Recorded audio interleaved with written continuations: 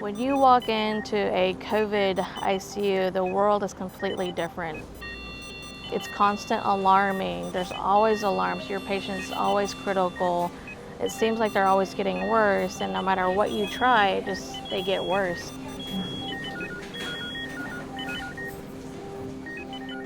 My name is Heather Thompson, and I am a respiratory therapist here at Washington Regional.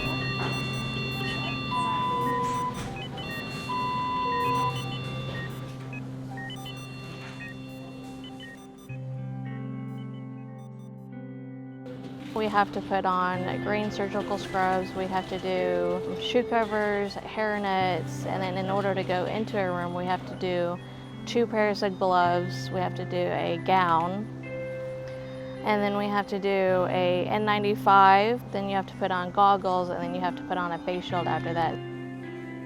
There's still always that chance of contracting it, and it's just, no matter how much PPE I think, it's still scary. Normal ICU, you have those bad days, but then when you go into COVID ICU, it's almost like every day.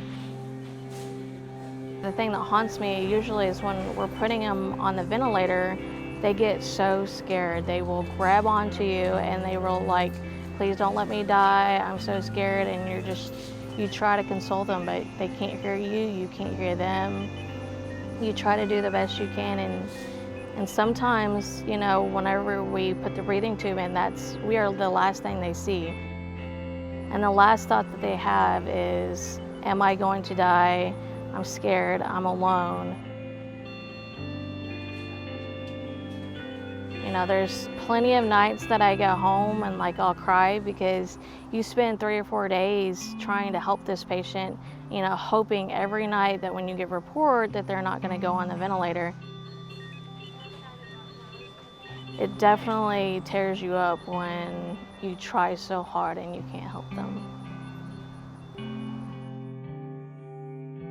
You know, we talk about COVID, we talk about masks, we talk of all those things, but I think that a majority of the thing that we forget about is being kind to one another. It's still just as important now, if not more, than it has ever been.